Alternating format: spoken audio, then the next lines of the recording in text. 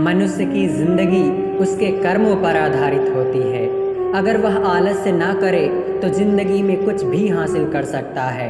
इसलिए कहा जाता है कि जिंदगी में कभी आलस मत करना, नहीं तो जिंदगी आपको उस मोड़ पर लाकर खड़ा कर देगी जहां पर आपको कुछ समझ में नहीं आएगा। यह कहानी है एक ऐसे व्यक्ति की जो जीवन में बहुत कुछ करना चाहता है, लेकिन वह आलस्य के कारण कुछ नहीं कर पाता और वह घर में पड़ा रहता है।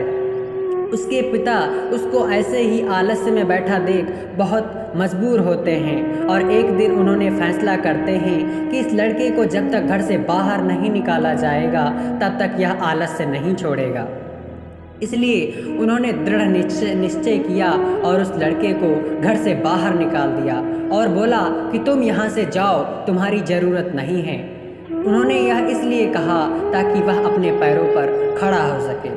वह लड़का गुस्से से घर से बाहर निकल गया और वह भटकते भटकते एक रेगिस्तान में पहुंचा और वह रेगिस्तान में गुजरते वक्त बुदबुदा रहा था कि कितनी बेकार जगह है, बिल्कुल भी हरियाली नहीं है और हो भी कैसे सकती है, यहाँ तो पानी का नामो निशान भी नहीं है। तपती रेत में वो जैसे जैसे आगे बढ़ रहा था उसका गुस्सा भी बढ़ता जा रहा था। अंत में वो आसमान की तरफ देख कर बोला और चिल्लाते हुए कहा, क्या भगवान, आप यहाँ पानी क्यों नहीं देते? अगर यहाँ पानी होता तो कोई भी यहाँ पेड़ पौधे उगा सकता था और तब से यह जगह भी कितनी खूबसूरत बन जाती। ऐसा बोलकर वह आसमान की तरफ देखता ही रहा, मानो वो भगवान के उत्तर की प्रतीक्षा कर रहा हो। तभी एक चमत्कार होता है। नज़र झुकाते ही उसके सामने एक कुआं नजर आता है। वह उस इलाके में बरसों से आ जा रहा था पर आज तक उसे वहाँ कोई कुआं नहीं दिखा था। वह आश्चर्य में पड़ गया और दौड़कर कुएं के पास गया। कुआं लबालब पानी से भरा था। उसने एक बार फिर आसमान की तरफ देखा और पानी के लिए धन्यवाद करने के बजाय बोला, पानी तो ठीक है लेकिन इसे निकालने के लिए कोई उपाय भी तो होना चाहिए। उसका ऐसा कहना था कि उसे कुएं के बगल में पड़ी रस्सी और बाल्टी दिख गई। एक बार फिर उसे अपनी आंखों पर यकीन नहीं हुआ। वह कुछ घबराहट के साथ आसमान की ओर देखकर बोला, लेकिन मैं ये पानी ढोऊंगा कैसे? तभी उसे महसूस होता है कि कोई उसे पीछे से छू रहा है। पलट कर देखा तो एक ऊंट उसके पीछे खड़ा था। अब वह एकदम से घबरा जाता है। उसे लगता है कि कहीं वो रेगिस्तान में हरियाली लाने के काम में ना फंस जाए और इस बार वो आसमान की तरफ देखे बिना तेजी कदमों से आगे बढ़ने लगता है।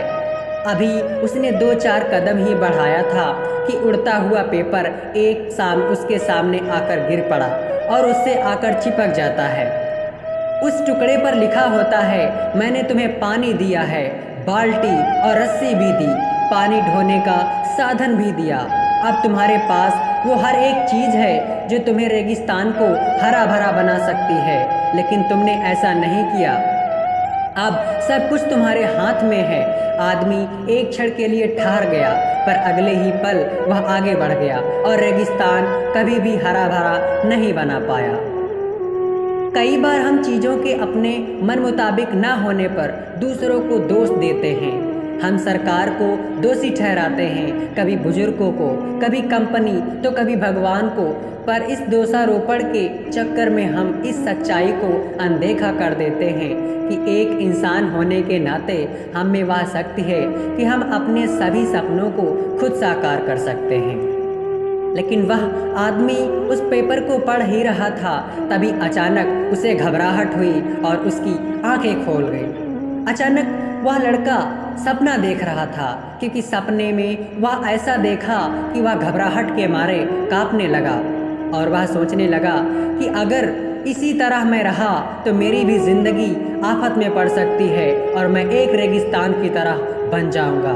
इसलिए मुझे ज़िंदगी में कुछ करना चाहिए और कुछ करने के लिए कुछ करना पड़ेगा। इसलिए वह आदमी उस दिन से आलस्य को छोड़ देता है और काम करने के लिए उत्साहित हो जाता है। तो दोस्तों, कहते हैं कि ज़िंदगी में कभी आलस मत करना, वरना आलस्य ज़िंदगी में आपकी ज़िंदगी को तहस नहस कर सकता है।